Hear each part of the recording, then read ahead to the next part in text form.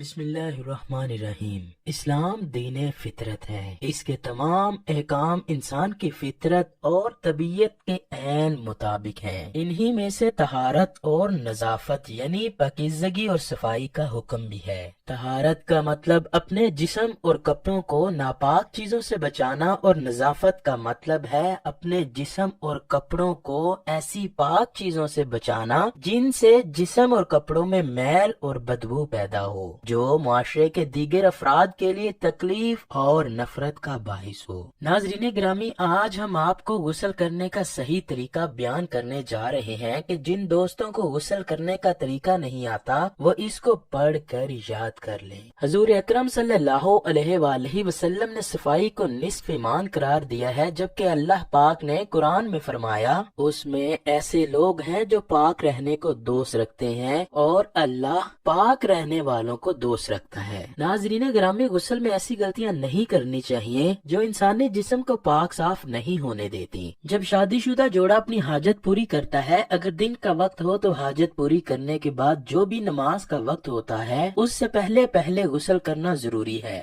اگر وہ رات کے وقت ہم بستری کرتے ہیں تو نماز فجر سے پہلے غسل کر لینا بہتر ہے۔ اگر مرد اور عورت اپنی حاجت پوری کرنے کے بعد جب تک ناپاکی کی حالت میں ہوتے ہیں تو اس حالت کو جنابت یا جنبی کہا جاتا ہے۔ بہت سے ہمارے دوست ایسے ہیں جن کو غسل کرنے کے صحیح طریقے کا پتہ ہی نہیں، وہ ٹھیک طریقے سے غسل نہیں کر پاتے، اس لیے وہ ناپاک ہی رہتے ہیں، اور ناپاک انسان کی نہ تو کوئی عبادت قبول ہوتی ہے اور نہ ہی کوئی نیکی کام آتی ہے۔ پیارے بھائیو، غسل کا طریقہ یاد کر کے خود بھی اس پر عمل کیا جائے تاکہ انسان ناپاک نہ رہ سکے، اور اپنے قریبی دوستوں کو بھی غسل کرنے کا درست طریقہ بتایا جائے تاکہ سب غسل کے صحیح طریقوں کو استعمال کر کے پاک صاف ہو سکیں۔ جو بندہ غسل کے فرائض سے ناواقف ہے وہ کبھی بھی پاک نہیں ہو سکتا۔ جب مرد و عورت ہم بستری کر کے غسل کے لیے جاتے ہیں تو ان کو غسل کے فرائض یاد ہونا ضروری ہے۔ غسل کے 3 فرائض ہیں جو کہ مندرجہ ذیل ہیں۔ 3 بار کلی کرنا یہاں تک کہ حلق تک پانی جائے، ناک میں پانی لے جانا یہاں تک کہ ناک کے اندر تک چلا جائے، اور پھر پورے جسم پر پانی کا ڈالنا یہاں تک کہ جسم کا کوئی بال خشک نہ رہ جائے۔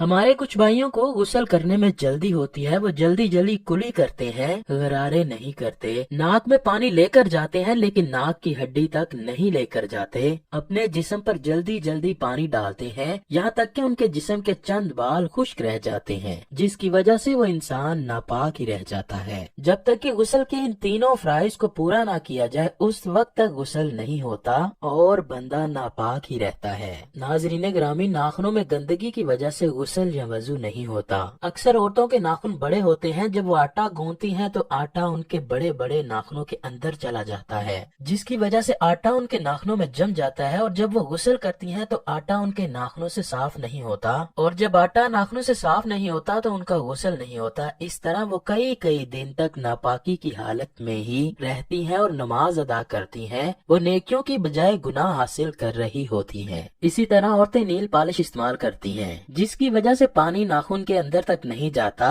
یا پھر مرد و عورت کے ناخن اتنے بڑے ہوتے ہیں کہ پانی سے اچھے طریقے سے صاف نہیں ہوتے، ان میں گندگی اور میل پھنسی رہتی ہے، جس کی وجہ سے غسل صحیح طریقے سے انجام نہیں ہو پاتا۔ ہماری بہنوں، ماؤں، بیٹیوں کو چاہیے کہ ناخنوں کو اتنا بڑا نہ ہونے دیں تاکہ ناخنوں کے اندر میل کچیل جمع نہ رہے۔ مرد و عورت کو چاہیے کہ غسل کرنے میں جلدی نہ کرے، ایسا نہ ہو کہ جلدی کرنے میں جسم کا کوئی حصہ خشک رہ جائے، جس کی وجہ سے ان کا غسل ہی نہ ہو اور وہ ناپاک ہی رہیں۔ مرد و عورت کو چاہیے کہ کوئی بھی موسم ہو، سردی ہو، گرمی ہو، بہار ہو یا خزاں ہو، جب بھی غسل کریں تو بڑے سکون اور تسلی سے کریں تاکہ جسم کا کوئی حصہ، کوئی بال خشک نہ رہے۔ اگر جسم کا کوئی حصہ بال برابر بھی خشک رہ گیا تو ہم پاکی حاصل نہیں کر پاتے بلکہ ناپاک ہی رہیں گے۔ ہمیں چاہیے کہ غسل کو سنت و فرائض کے ساتھ کیا جائے۔ غسل جنابت کرنے کا مندرجہ ذیل صحیح اور مسنون طریقہ ہے۔ سب سے پہلے غسل کرنے کی نیت کر کے بسم اللہ پڑھیں اور دونوں ہاتھوں کو اچھی طریقے سے دھوئیں۔ شرمگاہ کو اچھی طریقے سے دھویا جائے، چاہے اس پر گندگی ہو یا نہ ہو۔ مکمل وضو کیا جائے جیسے کہ عام طور پہ وضو کیا جاتا ہے۔ پھر پہلے دائیں کندھے پر اور پھر بائیں کندھے پر پھر سر پر 3 بار پانی ڈالیں۔ اچھے طریقے سے سارے اعضاء کو دھوئیں۔ اپنی ضرورت کے مطابق پانی کا استعمال کریں، پانی کو فضول ضائع نہ کریں۔ تنہائی میں غسل کرنا چاہیے، قبلہ کی طرف منہ کر کے غسل کرنے کی غلطی نہ کریں۔ اگر کسی کے غسل خانے میں پانی اکٹھا ہو جاتا ہے تو غسل خانے سے فارغ ہو کر اپنے پاؤں کو ضرور دھو کر پاک کریں۔ اگر کسی مرد کے لمبے لمبے بال ہوں تو اس نے اپنے بالوں کو کسی چیز سے باندھا ہو تو اس کو بال کھول کر اچھے طریقے سے دھونا لازم ہے۔ اگر اپنے خاوند سے ہم بستری کرتے وقت عورت کے بال بندھے ہوئے ہوں تو غسل جنابت کرتے وقت وہ اپنے بالوں کو نہ بھی کھولے یا دھوئے تو اس کا غسل جائز ہو جاتا ہے۔ اگر بال جنابت سے پہلے ہی کھولے ہوئے ہیں تو ان کو دھونا ضروری ہے تاکہ پانی بالوں کی جڑوں تک جائے۔ اگر کسی کے دانت کھوکھلے ہیں اور اس میں کوئی کھانا یا کوئی چیز پھنس گئی ہے تو ان کو نکالے بغیر بھی وضو جائز نہیں۔ اگر وہ دانتوں کو اچھے طریقے سے صاف کرتا ہے